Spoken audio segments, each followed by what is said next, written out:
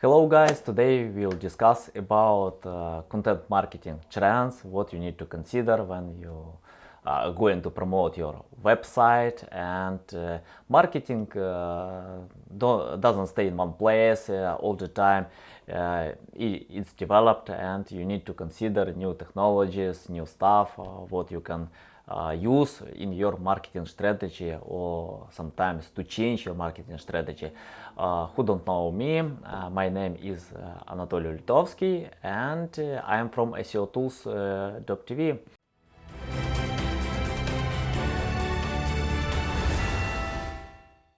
And the first article I want to discuss with you, it's article from Julia McCoy, and she wrote article about 9 trends in content marketing for 2020. And the first point in this article about content personalization. I like this point. Thanks, Julia, for this point. Yeah, you remember that you need to use this. For example, I remember when Neil Patel writes his article, he uses a lot of you and I, because in that point he can speak with his readers. They will understand better his content. And people don't like when article were written to crowd, but when they read your article and feel that it was written for them, for only one person, I think it works much better. And Julia highlighted here sales funnel. It's awareness, interest and intent, decision and loyalty. That you need to consider all this point, because content marketing is more related to informational content, not commercial. And if you want to get traffic today, you need to create some content for free and promote this content. It's not only to create long tail tutorials, but you can create some other content and personalize this content with your audience, to learn your audience. Don't try to extend your audience to everybody. Just find your buying persona and create content for your buying persona. And the second point, virtual reality and augmented reality. Oh yeah, I think it's more related to big companies. It's difficult to to create this type of content, but if you use Instagram or Snapchat, you can use such type of content. And I know that virtual reality is more expensive, and but augmented reality in Snapchat or Instagram, you can use it, and we see some examples how you can engage your audience. For example, even if you promote your website by using SEO, don't forget about social networks, because without them it's difficult to get results in SEO world as well. And the third point, visual heavy social media.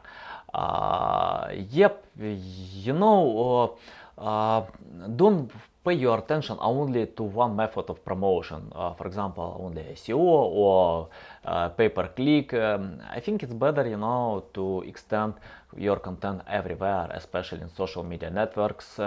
And when you use a lot of pictures, videos on these platforms, you can get in 6 times more results than you just write some common text. And Julia highlighted about YouTube and Facebook, that you can create content there. And especially about YouTube, it's more simple to promote content there than to use any other methods. For example, SEO. Ahrefs made study that only 7% of websites can get the top 10 position in the first year. But in YouTube you can get this position in 24 hours. That's more simple, to create content for YouTube. And if you want to create content for Facebook or Instagram, you need to consider that you can't have the same content like for YouTube, because YouTube ranks long videos, and people have feeling, you know, when they open YouTube, they want to watch long videos, interesting videos, but on Facebook or Instagram, people just check their dashboard and, you know, they don't have time to watch long videos. They want to get some shortest version of this video, just highlight some interesting version. And for example, even you can divide your long video to many short ones, and yep, to promote them. And tip number 4, classic storytelling. You know, I like that point because people like stories. When you write story, you can promote much better your content because people will engage with your story. If you don't have your own story, use stories from your customers, from big brands, analyze them and provide the story. It works. And just use classic storytelling in your content. Don't create just dry text or with a lot of numbers. People want to get story, you know, because you know, it's real practice, it's life. And when they see that, oh, it works in other lives, perhaps I can use in my, you know, create my own story. Yep, I like this method. I think it will work all the time. And tip number 5, voice search. And you know, by 2020, voice and image search will account for half of all searches on the internet. Yeah, it's a lot. Yeah, 50% of all searches will be voice and image search. If you want to get results in voice search, Google recommends you don't need to change something, but you need to write content. You know, for example, when you write some article, read your article out loud, and after this you will see what you can change there. You know, great authors, they always after writing their draft, after this they out loud this article and understand, oh, I need to change this because it's difficult you know, to understand. And yep, it works. And when you create articles, you need to write these articles not like for books, like for people who will read this article, you know. And yeah, just use out loud. And tip number 6, artificial intelligence and chatbots for conversational marketing. I'm not sure about artificial intelligence, that you have some resources. Perhaps you have, I don't know. But big companies, yeah, they use artificial intelligence like Google, Microsoft, any other big companies. But you know, I think it's more related for us chatbots because it's not expensive. For example, I usually use ManyChat. It costs $15 per month, and you have a chat on your website. It's not difficult to set up this chat on your website, and you can use other versions, many other platforms, and even a lot of free versions. But I don't like free versions because they insert their own advertisement. But yep, I think it's important to use chatbots because you don't need to pay your employees or any other, or even to you can save your own time when chatbot will speak with your audience. Sometimes it's not good decision because people can feel that it's a bot, it's not, you know, related to their questions, but you can customize maximum what you can do it in that situation. And tip number 7, omni-channel content strategies. Yeah, I like that point. You don't need to pay attention only to one marketing method, for example, SEO, because tomorrow Google will change the own mind and don't provide traffic to your website or change algorithm. And many big websites, they lost their rankings just in one day. It doesn't mean that if you have only one channel you can lose all business. And for example, like Facebook, yeah, in 2016 decided to limit all organic search in their platforms. Today you need to use pay-per-click to get results on Facebook, and yep, if you have omni-channel, you can choose which works better for you. And yeah, the interesting statistics, infographics. Thanks, Julie. And tip number 8, more brand collaborations. Yep, if you have some partners or I don't know, any other stakeholders, you can think how you can collaborate together, for example, to write guest post or to have some events or meetings together. Yeah, it helps to promote your website. Just consider this. And tip number 9, building authentic brand voices. You know, it's not a good idea to copy other brands. Have your own voice, you know, analyze your audience, how you can provide your own content, you know, to your audience, and think, yeah, it works if you have your own style, and don't try to copy other people. No, I like to take their ideas and think how you can adapt these ideas to your content, you know, to your content strategy, and it definitely works. Yeah. Thanks, Julia. I like your article, and we go ahead. And the next article from by Andy Custodina, and he wrote article where to block subdomain directory of or offsite. 5 options in one guide. What I like here is that he highlighted pros and cons, and the first variant when you have /blog, yeah, your site /blog. I completely agree. It's the best option. Many studies show the same, that if you have your domain /blog, you can promote your website much better, and you can get better results. And yeah, what we can see, he didn't find cons there, just that it isn't free. But you know, if you use free version, I'm not sure it's a good idea, because you can't get results like if you have paid version, for example, when you have web developers who can optimize your content. Yeah, it works much better. And if you have on a subdomain, you know, of course, yeah, I agree, it's the second place, but you know, I think it's better to use first version if you have new website, if you don't know which type of structure you need to use. But if you have audience, if you have traffic today, don't change it, because you might lose this traffic, you know, or some part of this traffic. For example, HubSpot. HubSpot uses structure blog.hubspot.com. It means that for HubSpot it works, you know, but even if HubSpot wants to change it, it's not a good idea to do it today, because they might lose some part of this traffic. And yeah, I see that easy setup, visually seamless usually requires, but about cons requires fancy analytics setup. Yeah, when you need to divide your analytics from all website and to set up different analytics to your subdomain. I mean, like in Google Analytics or Google Console. And the third variant, I think it's free variant, like when you have WordPress.com or Blogspot.com or many other platforms like this, and when you have your company name, WordPress.com, and yeah, any other stuff, fast and cheap.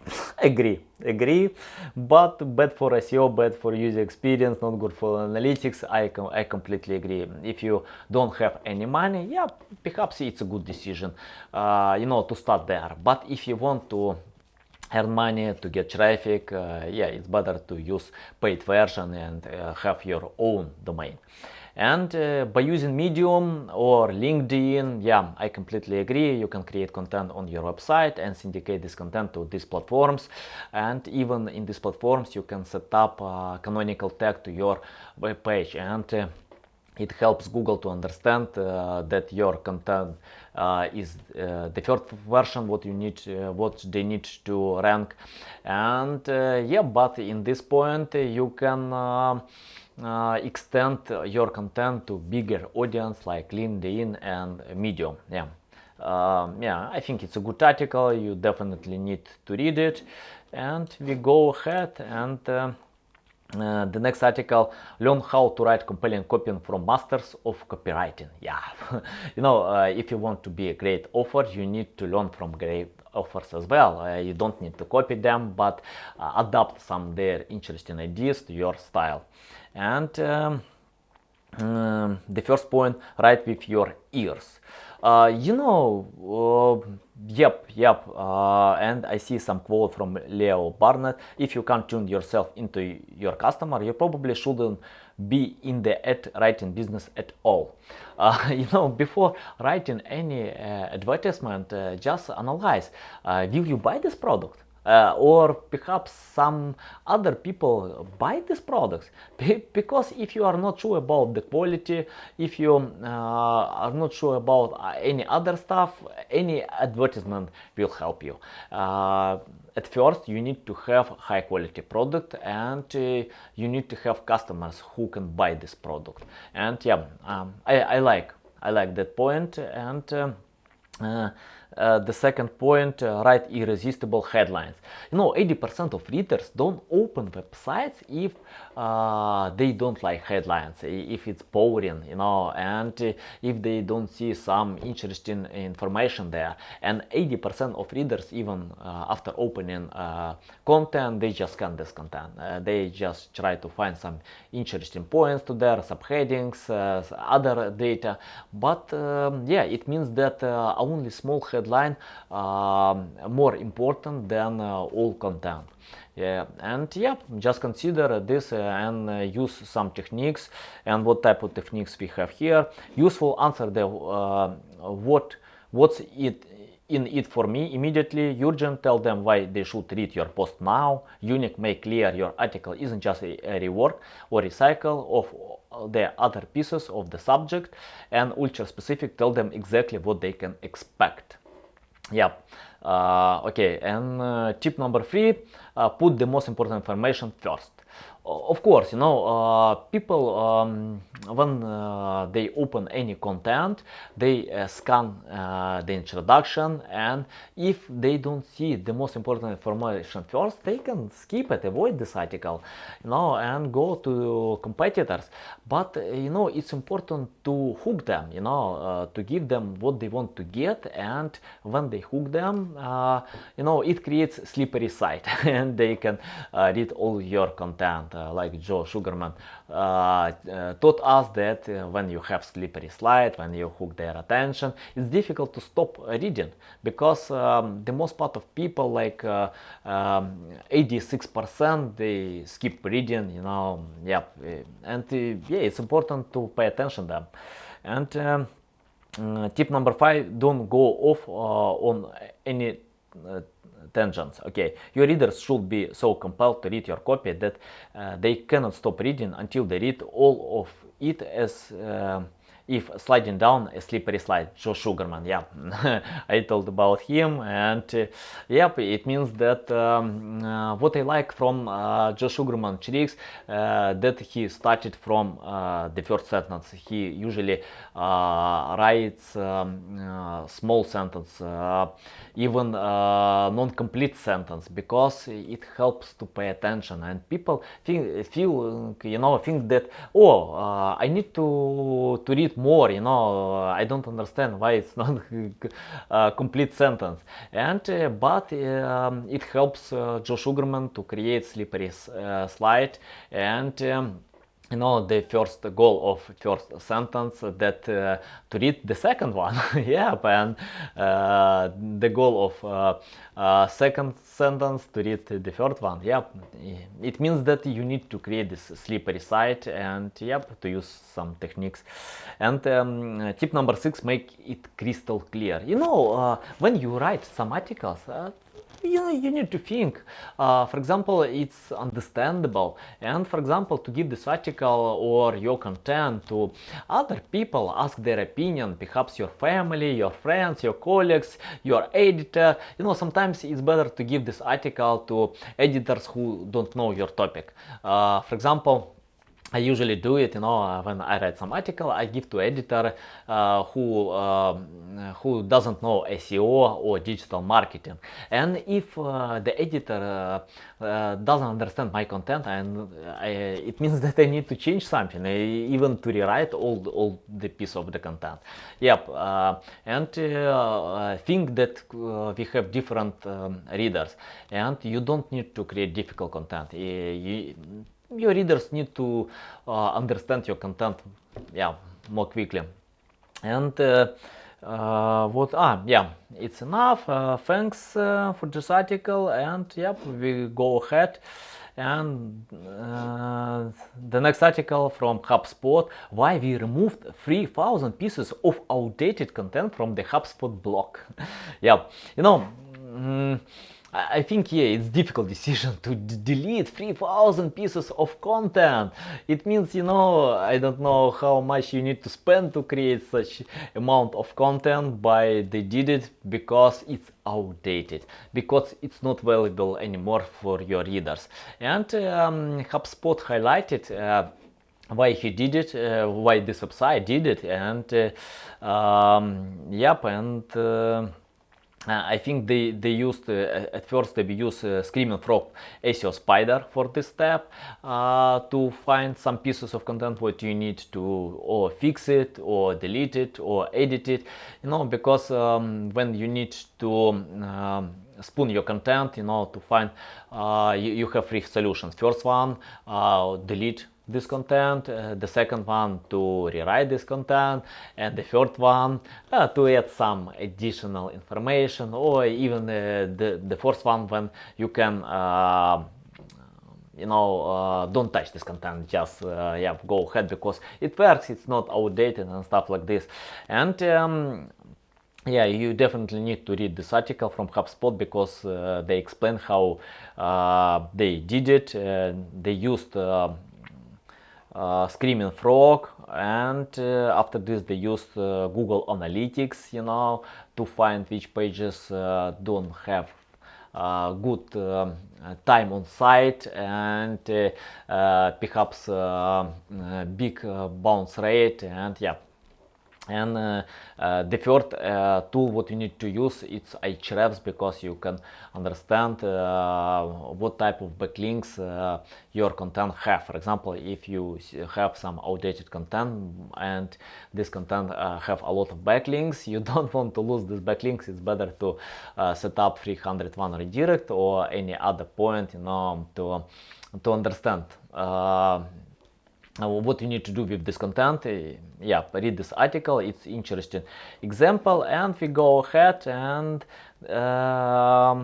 this article from Weglot blog, and 5 practical ways to increase the conversion rate of your e-commerce website. And we have some explanation what is conversion rate. Conversion rate is simply the percentage of visitors to your site that complete a desired goal, and in commerce terms, that's purchasing something. For example, if you have 1,000 people who visited your website, and 100 people of them bought your product, it means your conversion rate 10%. And what we have here, we have some average conversion rate by industry. It's interesting infographic, like 2%, I think, it's the average from 1 to 2%. And what they propose, how you can increase your conversion rate. And first point, website translation. Of course, for example, if you sell your service or products or any other stuff, you can extend your audience to other countries. For example, if you have English version, you need to understand that German or Spanish or any other, even Russian language, they are not competitive like in English direction. And when you translate your content, you can get more sales, more results. Why not? And the second point, website pop-ups.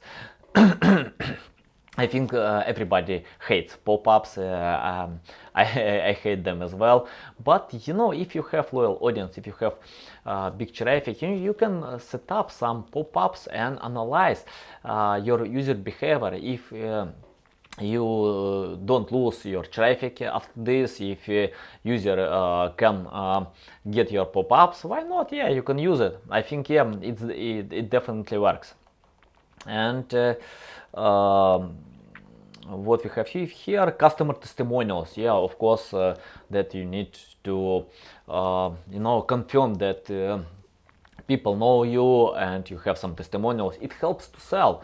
If you have some loyal customers, ask them about testimonials, or I don't know, to write some case studies. It helps to sell your product. And product videos, yeah, why not? I don't remember exactly this number, but yeah, I see here. And when you see stats such as 96% of consumers find video helpful when making an online purchase, it might just be the moment to invest.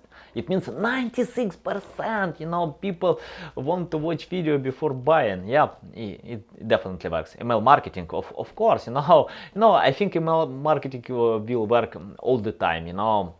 Of course, it develops, but it's much cheaper than any other type of advertisement. And for example, if you have some loyal audience, your own subscribers, yeah, you need to sell them. Why not? Because you just need to send them some interesting email with propositions. Yeah, it definitely works.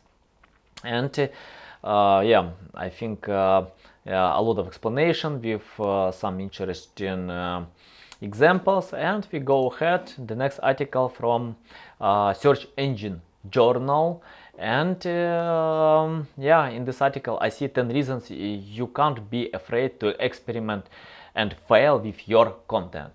Nobody knows what works, what not. We need to test, all the time test, to check it. For example, even I don't know how this video will work. I hope you will enjoy this video, but if you are not, it means that I need to change something, to change my style or to explain another point. But I will analyze all this metric in the comment sections. And what we have here, some interesting article from Search Engine Journal, and the first point, you can't get better unless you try something new. Yeah, if you don't try some new stuff, you don't know it works or not. Just try it, why not? Try to find some other angle how you can provide your content, and test it. Because if you will not provide, you don't know exactly it works or not. And the second point, you'll never know what works if you don't test it. Of course, test everything. Sometimes, many of my customers, they told me pay-per-click don't work for them. How it doesn't work? For example, Google earns more than $100 billion, in pay-per-click system. It works for everybody, but you need to test it, to think what type of content you need to provide there, and just test. For example, if one type of content doesn't work, it doesn't mean another type will not work. Tip number 3, we learn more from our failures than our successes. Yep, yeah, it's interesting point. I think you can learn from success, but you don't need to give up when you don't have results and you fail. It means that yeah, it's a good lesson, it's experience, and remember, you never lose, you learn and you try to find which way will work for you. And even big websites, even Mark Zuckerberg, when he started his Facebook, I think before Facebook he failed with some other projects. And yep, it helps when you analyze all the time, your fails, and yeah, go ahead. And tip number 4, we are less likely to repeat big mistakes once we've paid the price for them.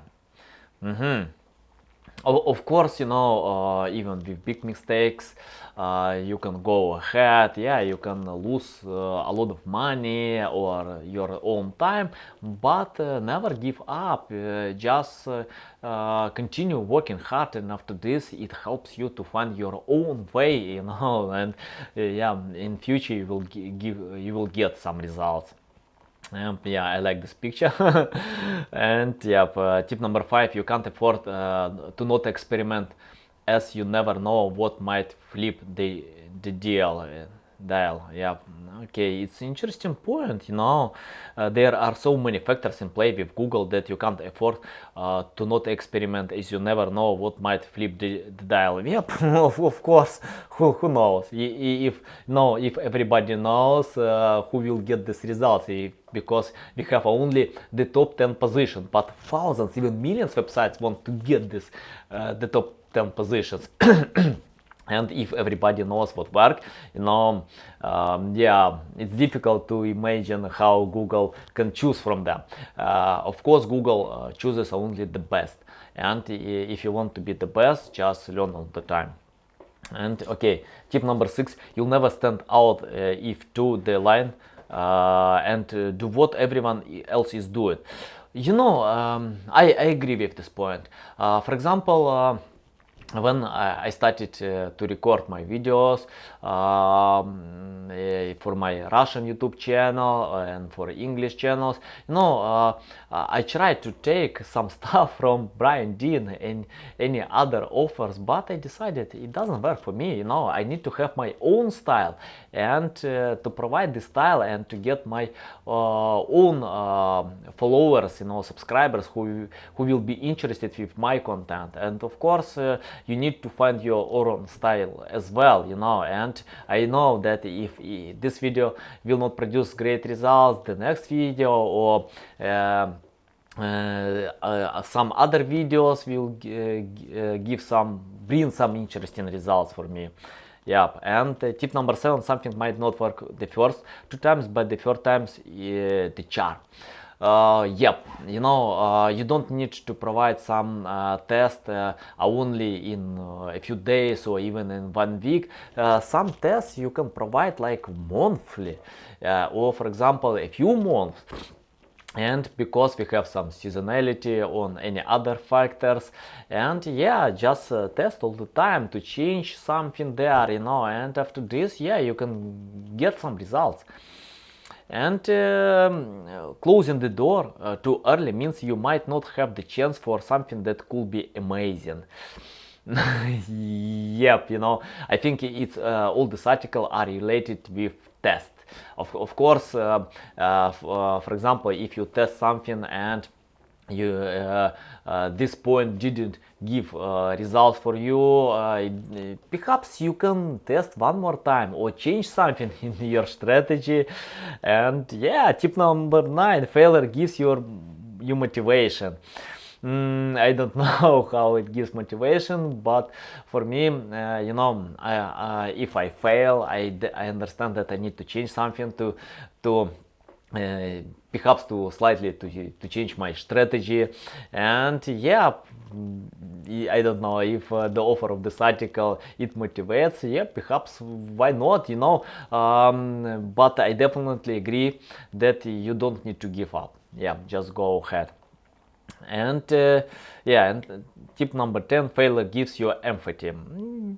Yeah, interesting article. You can read this article and think how you can adapt these ideas with your own content. And we go ahead, the next article, how to write email marketing copy that converts like crazy. Oh, yep. And the author of this article, I think Jeff Bullas. Yeah, it's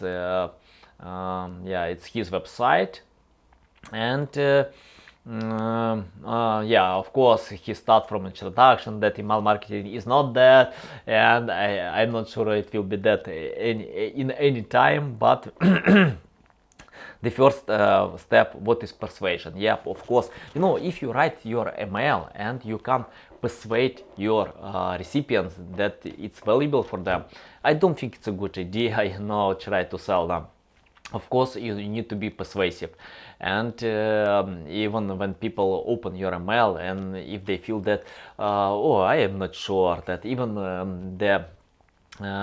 uh, even the offer of this email, I'm not sure about it's valuable or not. Be persuasive, you know your stuff, and write your email if you can persuade people, to buy your stuff. And what we have here, now tip number one, reciprocity. If you offer a potential customer something that act alone is usually enough to convince them to give something in exchange. Discounts and free samples are good example of the sort of gifts you can offer your customers if they purchase from you. Yep, of course it's important to use reciprocity, and yeah, I definitely like this point. And the tip number two, scarcity. Yep, and I think marketers all the time use these techniques that tell, we have some limited offer or limited deadline and you need to buy now, and it helps to sell a lot because people have this feeling to miss something unique or valuable, and it helps to sell. And of course use this point, scarcity. And authority, of course, how without authority? If you don't have authority, especially in service or products, I don't know, in any other places, that people will not trust you, and they might think that why I need to buy from him or his book or his, I don't know, course or any other products if these sellers don't have, high level of authority. Consistency, yeah, it's important point. When you consistent with your proposition, you can send many times, to tell that it's valuable and you definitely need to buy this. Tip number 5, liking. 6, social proof. Of course, how without social proof? Even I created my Twitter account in this month, and I get first my followers, and yeah, because I want to have some social proof that my content is valuable. And right now I focus my attention, to increase followers on Twitter, on YouTube, or any other channels. We can see here some examples, and thank you. We can go ahead. The next article was published in Search Engine Blend. It's a short article, but it's news about breadcrumb structure data that it's available in Google Search Console.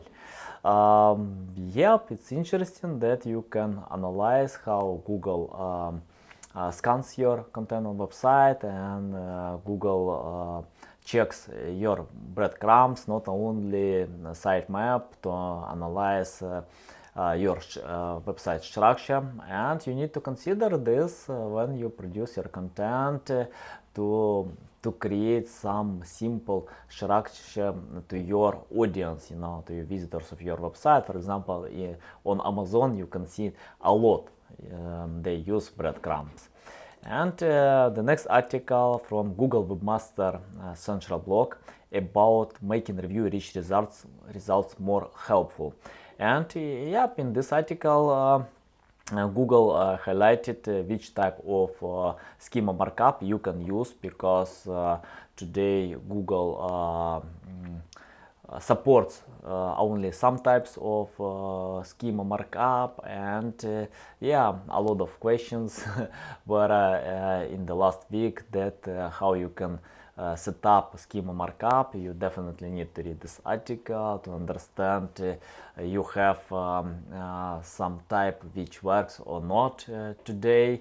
And yep, and Google disallowed to use, it's not like disallow, of course not.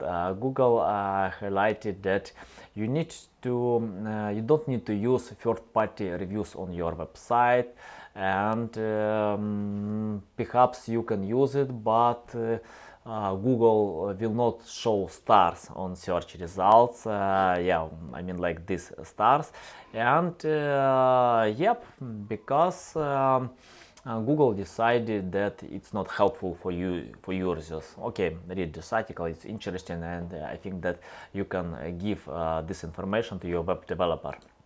And the next article from Surround the Table, your syndication partner should canonical to you, or they may outrank you on Google. For example, if you syndicate your content on Medium or LinkedIn, there are features that you can make canonical tag to your website. And for example, if you republish your content on other websites, just to have this canonical tag, because if you don't have it, yeah, Google might rank bigger websites with more authority. Yep, it's not good, you know, do not get this traffic. Yep, just to check, do you have this canonical tag or not.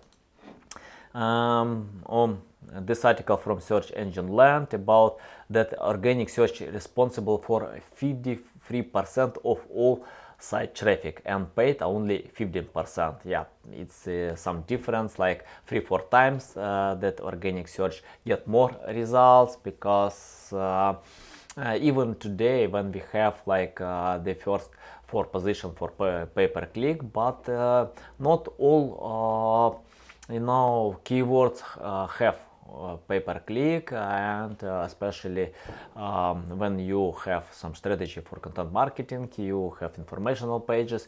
Some marketers don't want to have advertisement there because it's difficult to convert, but when you have some sales funnel, you can use it. Yeah, and yeah, it's good information that because many marketers think that Google took all results, you know, with their pay-per-click, and why we need to provide SEO. But yeah, we can see here that SEO works better than pay-per-click. And the next article from Search Engine Journal: stop wasting money, 8 tips to maximize your content marketing budget. It's interesting. And first tip: align content needs with goals. Of course, you know, many times, you know, when I spoke with my clients and I saw there some mistakes, then you know, they don't have right content strategy, working content strategy, or for example, they have some generic content strategy trying to outrank Amazon and any other big websites with high level of authority. Don't need to do it.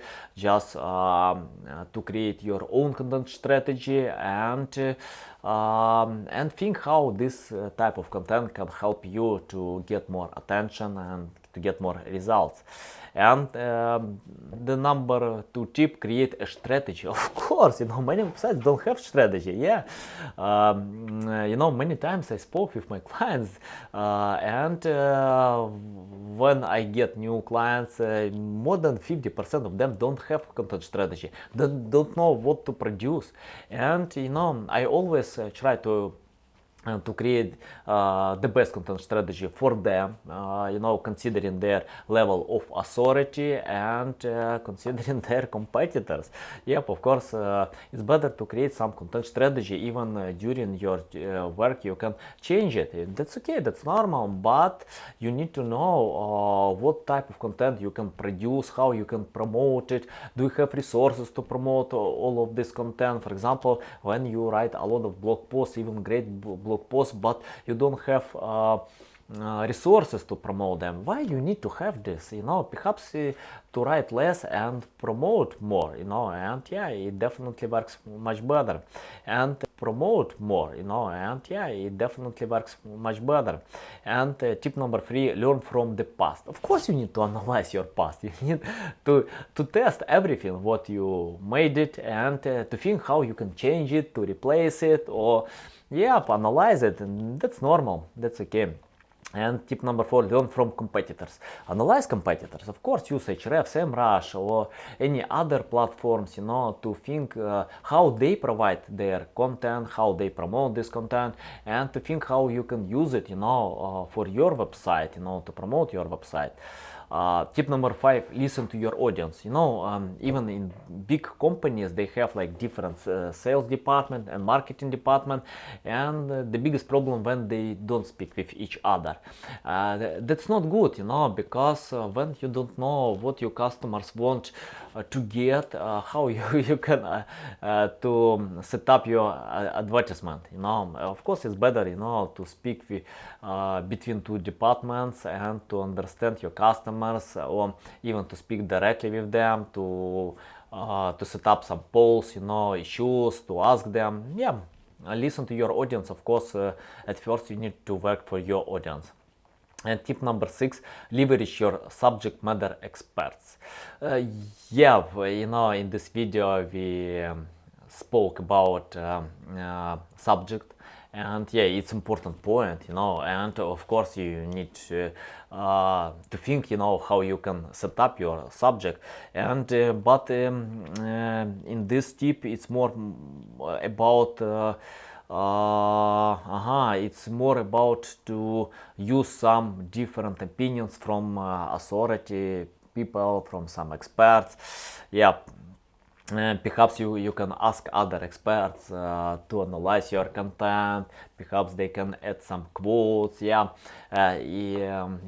can give them backlink to their websites, or it helps. You can collaborate with other experts, because people and visitors, when they see some content, they want to get proof, and if experts told, it definitely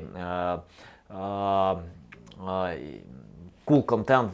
Of course you need to, it's much, it's more simple to sell your products.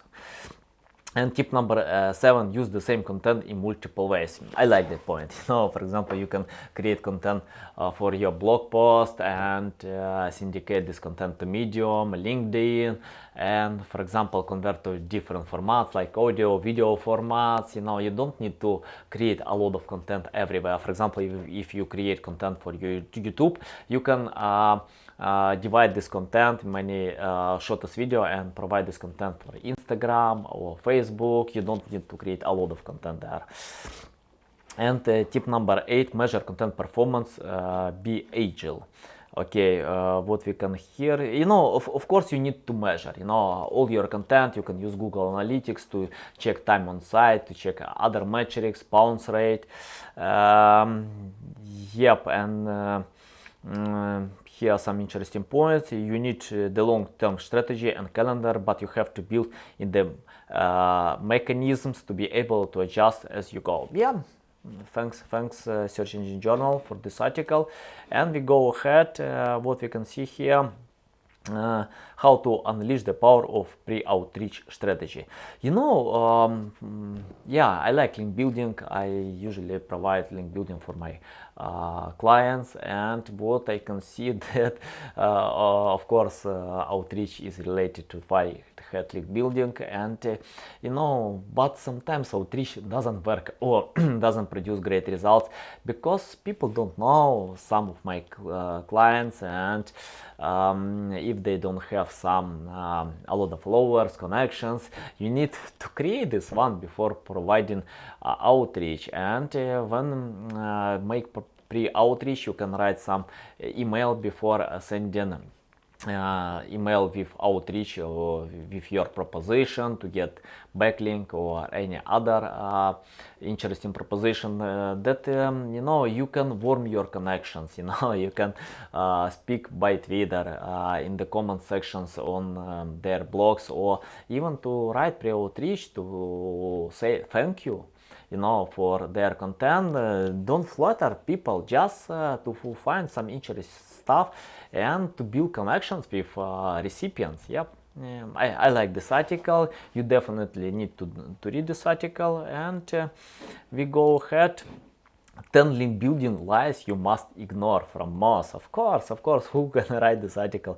The author of this article is David Farkas, and the first point was, if you build it, they will come. It's confused for many content creators that if you create great content, you can get results without link building, without promotion, but it doesn't work today. You need to promote your content, you need to have link building strategy, to provide link building, and after this you can get some results. But if you don't promote, I'm not sure that you can get anything, what we can see here, what I like in this article, that it's quite different metric in Moz, that in 11.6 times clicks more organic results than paid results. It's interesting, because search engine land showed another metric, but that's okay. We can see that organic search is more, give more results than pay per click. And the tip number 2, you don't need links to rank. How? Many websites made studies like Ahrefs, Majestic, SEMrush. Even in SEMrush study, I remember that they showed that the first position had 2.2 more backlinks than the second position. It means, links are matter. You can't promote your website without links. And tip number 3, only links with high domain authority matter. Of course not, it's great to have these links, but some niche related websites can give even more results because it's more relevant to your audience, it's more, Google likes when they get some niche related links, from small websites, and don't pay attention only, try to have backlinks from big websites. Sometimes small websites can give more value, to your website. And tip number 4, you need to build links to your money pages. 10 years ago I told you that you need to create backlinks only to commercial pages. Today, no way. Today you need to build backlinks only to informational pages, because it's difficult to get backlinks to commercial pages, and Google usually ranks informational pages better than commercial pages. Brandin made study that the top 10 position usually have 1,890 words. It means that it's more related to blog posts. And and even Google don't like to rank commercial pages because informational pages give more value to visitors, to cover more questions what people can get answers. And tip number 5, you have to create the best, more informative linkable asset. Sometimes it's difficult to create step-by-step tutorials, case studies. It takes a lot of resources. But what I like in this point, that you need to have your own style, and the value of a linkable asset has much more to do with finding the right angle and the accuracy of the information you're providing than the amount. Why not? I think you need to have different type of content and analyze them and think which content will work better for you.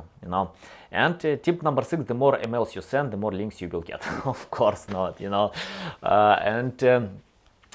of course, if you can write a lot of emails, but valuable emails, to personalize them to the recipients, it definitely works. But if you can't do it, you need to consider that the quality is more important than quantity, because recipients might spam,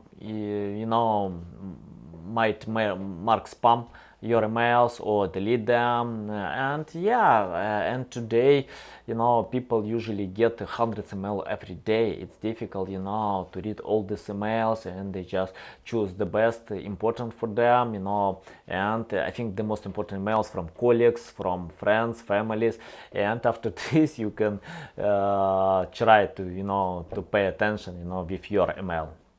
And tip number 7, the only benefit of link building is algorithmic.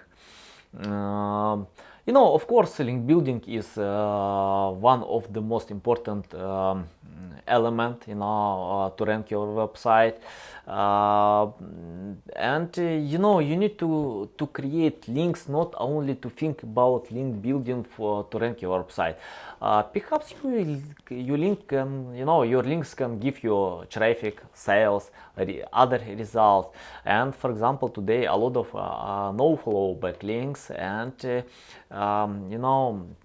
but even these backlinks can have indirect impact to your website, because when you give some traffic, people spend time on your site to show some user behavior, and yeah, Google can consider this. And tip number 8, you should only pursue exact match keywords. Of course not, it's better when you have this anchor text, but you can invite Google penalty penguin to check your website, to think what type of content you have, perhaps it's black hat technique, and don't pursue them. Of course, so for example, if you work a lot with guest posting and you can customize some your anchor text, to make slight different, because when you have different keywords in your anchor text, it shows, it's like more natural for Google, and after this you can't invite some additional checking on your website. And tip number 9, link building requires technical abilities. No, of course not. I'm not technical guy. I don't know anything about web development, but I usually spend more time to learn about content, about link building, and I don't need to have some technical abilities, for example, you can't be successful everywhere, just to choose your direction, And tip number 10, all follow links provide equal value. No, of course, backlinks were not created equal, and it depends on authority of pages, even not domains. For example, if you have backlink from Forbes, but this page doesn't have like external backlinks and even internal backlinks, I don't think you will give a lot of results. But it's more important how valuable this content, on even big websites, small websites. If for example, you provide some guest posting, and to your guest post you have a lot of backlinks, some traffic, yeah, it's good, you can, it's more I think you will give more value, in that point. And thank you, Moz. We can go ahead. This article from SEMrush blog, researching new marketers, a free step guide. Okay. Step number 1, industry and market overview. What we can see here, before providing your content, creating content, you need to analyze all your market, to think, do you need this product on market or not, who is your buying persona, to analyze this, because many websites didn't analyze and they failed. And but when you learn, you can use SEMrush and any other platforms to think how popular keywords and how they convert, how much money advertisers can spend, to promote these keywords. Yeah, it means, if people pay money to make advertisement, it means that it works, it brings value. And tip number 2, target audience analysis. Of course, you need to analyze your audience, to think, to create content for your audience, to have some buying persona, and you can use by using SEMrush, because SEMrush is a great tool. There are a lot of some cool features there. And step number 3, in-depth competitor analysis. Of course, without competitor analysis, how you can go ahead? You need to know your competitors and create something better, to analyze their failures. Perhaps, I think, you can see what type of investment they have, where they invest more money, and it helps you to think what you can provide, for your website. Of course, you can use SEMrush, learn this tool. And the last article today: producing useful content is the new SEO. Why should I focus on producing useful content? It's a simple article, not big one, but something I found there, I don't remember exactly, but how can I get the most out of my content? I think that you can check this article one more time. It was published on this website. All links will be in the comment section, in the description. And